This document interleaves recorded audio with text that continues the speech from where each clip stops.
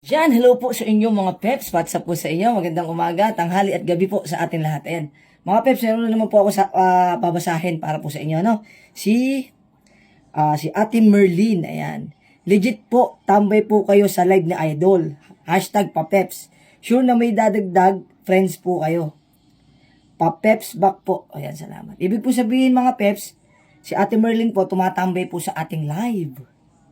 Kaya po dumadami ang kanyang kaibigan, dumadami ang kanyang peps. Ayan. Dadami po kasi talaga ang yung mga peps dahil po dito po sa may live stream, lahat po ng mga pumapasok doon, pwede nyo nang kuhanin, pwede nyo nang kaibiganin. Okay? Pag kinaibigan nyo po kasi yung kakaibiganin kayo pabalik nun. Kaya mas mabilis pong aangat ang inyong mga account. Okay, ganun po yung sa may live stream natin. Kaya mga peps, ayan, tulad po nito mga peps, kung gusto niyo po ng ganyang followers, ayan, sumunod lang po sa 2-step. Una, proper engagement. Yung proper engagement mo, once po na pumunta tong video na to, o kahit anong video sa FYP nyo, tapusin nyo po. Pag tinapos nyo po, pusuan.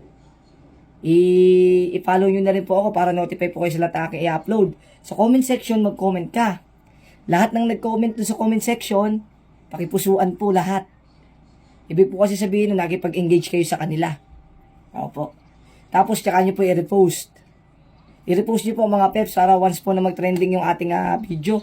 Kasama na po lahat na nag-comment dyan. Maraming po puso, maraming mag-heart. Kalaunan po, pumunta sa profile nyo at ipa-follow na kayo. Ganun po mga peps. Tapos, ay nasabi ko na nga po kanina, yung pangalawa po, yung sa live streaming. Ayan. Pag pumasok kayo dyan sa akin live, ayan. Tingnan nyo po si Ate Merlin. Ayan po si Ate Merlin. Dahil po sa pagtambay niya sa akin live, umaangat po ang kanyang account. Ayan. Ganyan, yun lamang po mga peps, para rin po magkaroon po kayo ng ganyang followers. Ayan. Kaya thank you so much and God bless po sa inyo lahat. Ano?